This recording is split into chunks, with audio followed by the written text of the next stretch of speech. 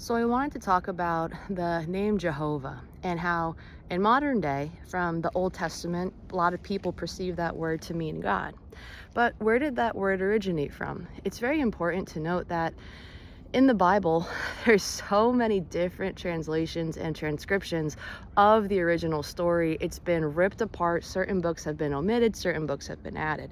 And what's the reason for that? In my opinion, the reason for that is because if you can't explain something, it's very easy to just remove it from what your point of view is, to then have the entire entity in which you choose then serve what you think the meaning is, right? So I guess that's a complicated way to say, get rid of something you can't explain, because then it can't counter what you want your agenda to be for the masses in which you're trying to speak to.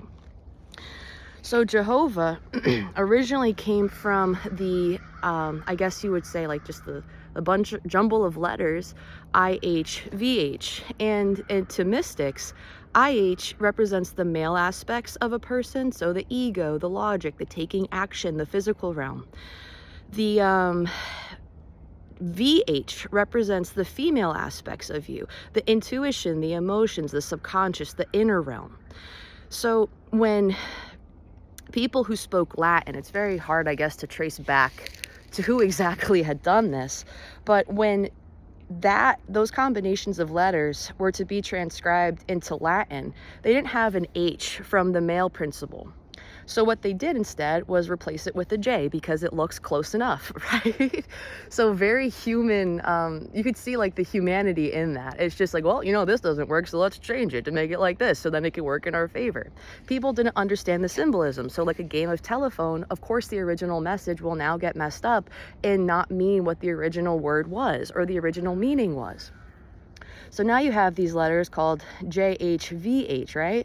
And when you don't have vowels, it's very hard to pronounce something. So what do? You throw a couple vowels in there, right? So now we have this entity that we call God named Jehovah.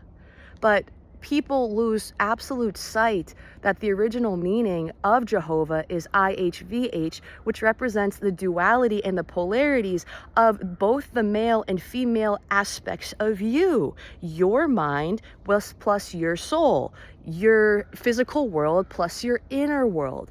That is where Jehovah had came from. So when we understand the original context, we can then use it in our favor, because that better represents the teaching that Jesus Christ had said when he was asked, "Who are you?" And he had said, "I am that I am." When you say I am, what does that mean? I'm both the male, or I'm both the masculine and the feminine aspects of human. I am that I am. And we were made in God's image. So what does that mean? You are God. You are Jehovah. You are IHVH. You are JHVH.